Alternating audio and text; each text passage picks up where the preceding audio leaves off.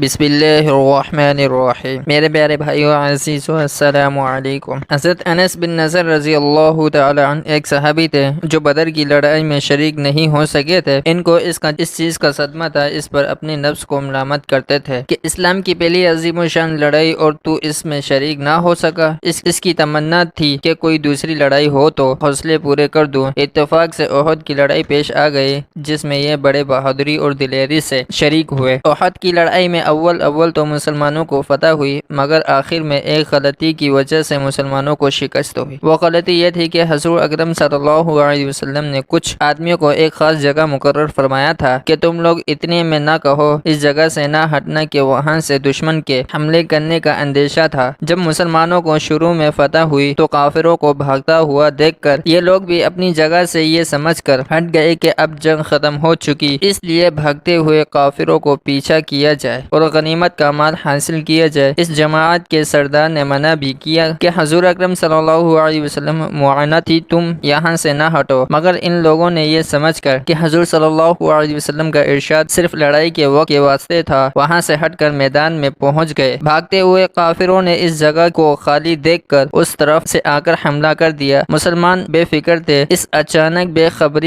خبری کے حملے سے مغلوب ہو گئے اور دونوں طرف سے کافروں کے بیچ میں آ گئے، جس کی وجہ سے ادھر ادھر پریشان بھاگ رہے تھے۔ حضرت انس رضی اللہ تعالی عنہ نے دیکھا کہ سامنے سے ایک دوسرے صحابی حضرت سعید رضی اللہ تعالی عنہ بن معاذ آ رہے ہیں۔ ان سے کہا کہ اے سعید، کہاں جا رہے ہو؟ خدا کی قسم جنت کی خوشبو احد کے پہاڑ سے آ رہی ہے، یہ کہہ کر تلوار تو ہاتھ میں تھی ہی کافروں کے ہجوم میں گھس گئے اور اتنے شہید نہیں ہو گئے، واپس نہیں ہوئے۔ شہادت کے بعد ان کے بدن کو دیکھا گیا تو چھلنی ہو گیا تھا۔ 80 سے زیادہ زخم تیر اور تلوار کے بدن پر تھے۔ ان کی بہن نے انگلیوں کے پوروں سے ان کو پہچانا۔ جو لوگ اخلاص اور سچی طلب کے ساتھ اللہ کے نام میں لگ جاتے ہیں، ان کو دنیا ہی میں جنت کا مزہ آنے لگتا ہے۔ یہ حضرت انس رضی اللہ تعالیٰ عنہ کی زندگی ہی میں جنت کی خوشبو سونگ رہے تھے۔ اگر اخلاص آدمی میں ہو جائے تو دنیا میں بھی جنت کا مزہ آنے لگتا ہے۔